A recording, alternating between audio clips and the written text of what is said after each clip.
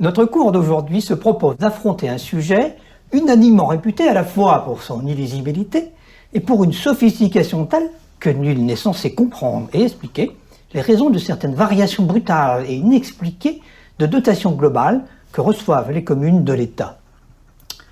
Les variations dont il est ici question ont en réalité à voir avec des fusions d'EPCI et des transferts de charges. Opérations ayant un impact sur le potentiel fiscal communal et, de là, sur les dotations reçues de l'État par une commune.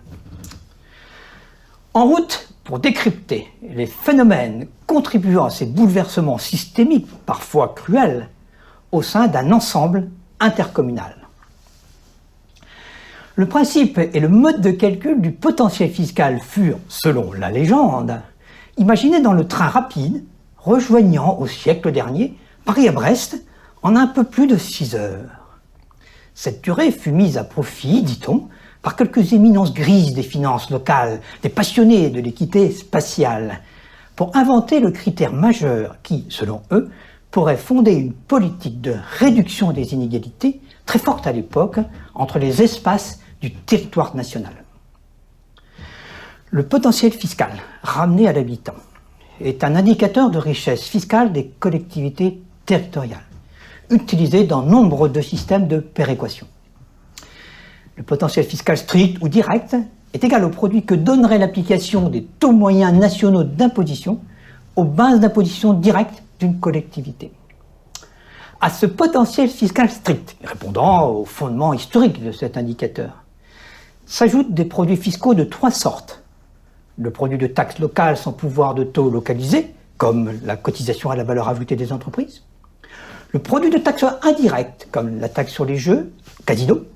Et enfin, des compensations fiscales de taxes locales supprimées ou transférées. Concernant une commune membre d'un groupement doté d'une fiscalité propre unique, mutualisant et spécialisant la fiscalité locale et économique au niveau intercommunal, le potentiel fiscal de cette commune se voit abondé d'une partie de celui du groupement, quote-part qui lui est affectée au prorata de la population. Voici le potentiel fiscal communal dans toutes ses dimensions. Je ne balayerai pas ici l'ensemble des variables entrant dans le calcul de l'indicateur, je vous laisse le faire à loisir, par arrêt sur image au gré de votre appétence pour le sujet. Je me bornerai présentement à signaler que 2 sous-ensembles bien distincts s'agrègent pour former un potentiel fiscal d'une commune donnée. Le premier relève d'éléments d'appartenance communale. Le second, d'éléments d'appartenance intercommunale. Plus tard, je regrouperai ces derniers en un seul bloc, formant le potentiel fiscal prime net de l'EPCI. Je précise que ce potentiel fiscal prime représente, à quelque chose près, l'indicateur servant au calcul de la DGF intercommunale, et qu'on le corrige ensuite de l'attribution de compensation versée aux communes, afin d'obtenir le potentiel fiscal prime net de l'EPCI qui sera affecté à chaque commune. Venons-en à présent à notre sujet, les variations du potentiel fiscal selon les situations ou cas de figure. Nous allons travailler sur le potentiel fiscal communal par habitant. Tout le temps, nous travaillerons par habitant.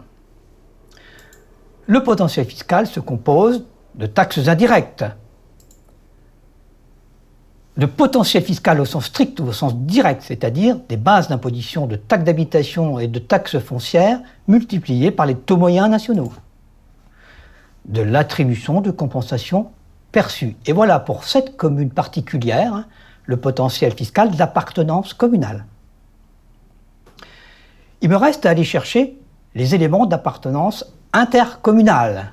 Et du côté des recettes, évidemment, pour le potentiel fiscal prime par habitant toujours. Je vais trouver de la même manière un potentiel fiscal TH et foncier bâti, de taxes directes, base multipliée par taux moyens nationaux. Je vais trouver des produits de taxes à taux uniforme ou quasi uniforme, donc, en CVAE par exemple.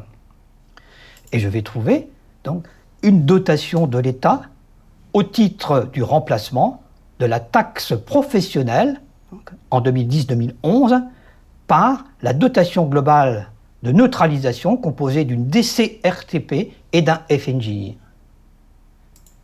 Enfin, je vais voir représenter aussi dans ma richesse fiscale intercommunale la dotation de compensation représentant la part salaire de la taxe professionnelle qui a été supprimée entre 1999 et 2003. Et voici déterminé ce que j'appelle par habitant la quote-part de potentiel fiscal prime de l'EPCI qu'on va pouvoir affecter à chacune des communes, à ma commune ici déterminée par exemple. Il me reste à corriger donc, ces éléments de recette par un élément de dépense constitué par l'attribution de compensation versée. Voici déterminée la quote-part de potentiel fiscal prime net de l'EPCI qui va être affectée à ma commune ici. En bleu apparaît la part de potentiel fiscal communal d'appartenance intercommunale. Ça va me servir de référence pour mes différents cas de figure.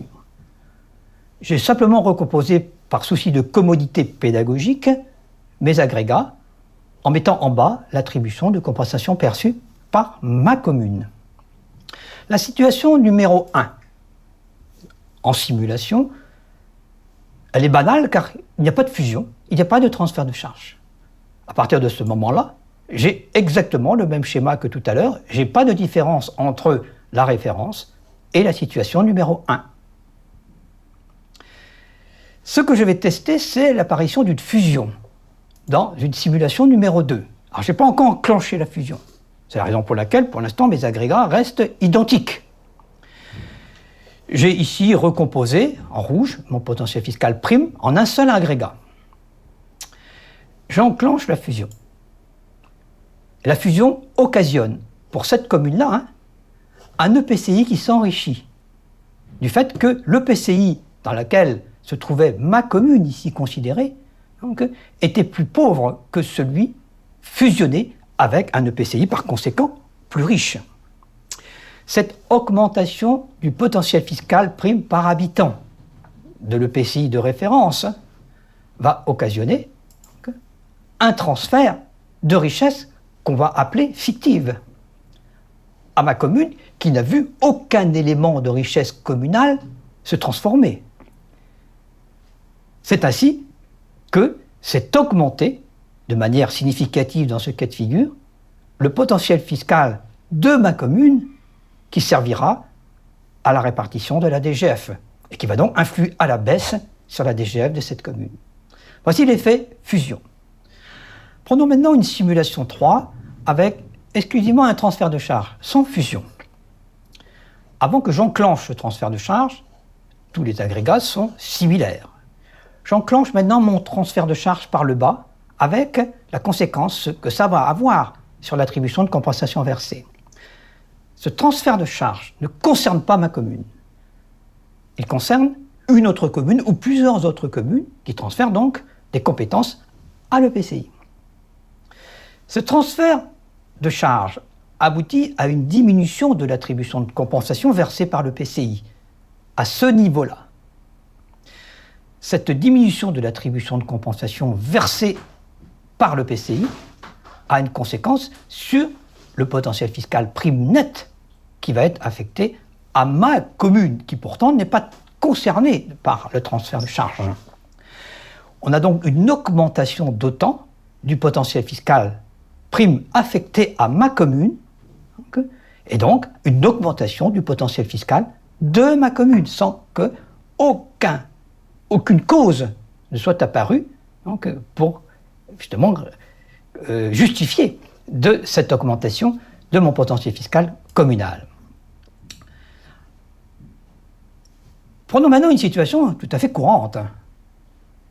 Il y a concomitance entre une fusion et un transfert de charge, ne serait-ce que parce que lorsqu'on fait une fusion, il y a harmonisation des compétences transférées, donc souvent des transferts de charges de certaines communes d'un EPCI qui était moins intégré vers un EPCI qui, après la fusion, sera plus intégré, c'est-à-dire avec plus de compétences concernant les communes qui étaient dans l'EPCI moins intégré. Ce qui est le cas de ma commune ici. J'active d'abord la fusion. Plaçons-nous à présent dans le cadre d'une fusion accompagnée d'un transfert de charge. Simulation 4. J'active la fusion. Augmentation donc, de mon potentiel fiscal communal par le haut. J'active le transfert de charge, diminution de l'AC, augmentation de mon potentiel fiscal par le bas.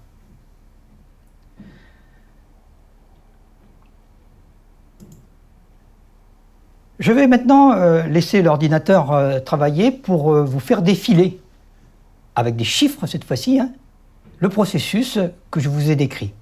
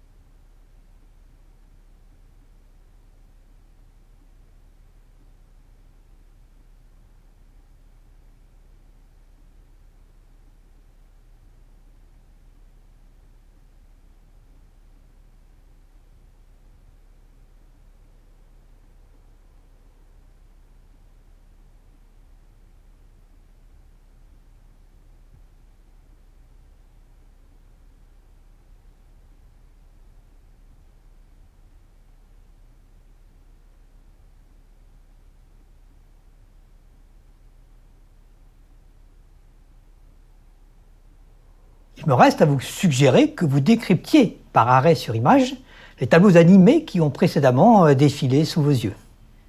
Je pourrais ainsi, une prochaine fois, vous proposer un exercice similaire de calcul du potentiel fiscal dans des conditions identiques. Attention, de votre réussite à cet exercice dépend votre entrée dans le cercle très fermé des autorités capables d'anticiper les effets décalés des fusions et des transferts de charges sur la DGF future des communes concernées par ces transferts ou ces fusions d'EPCI.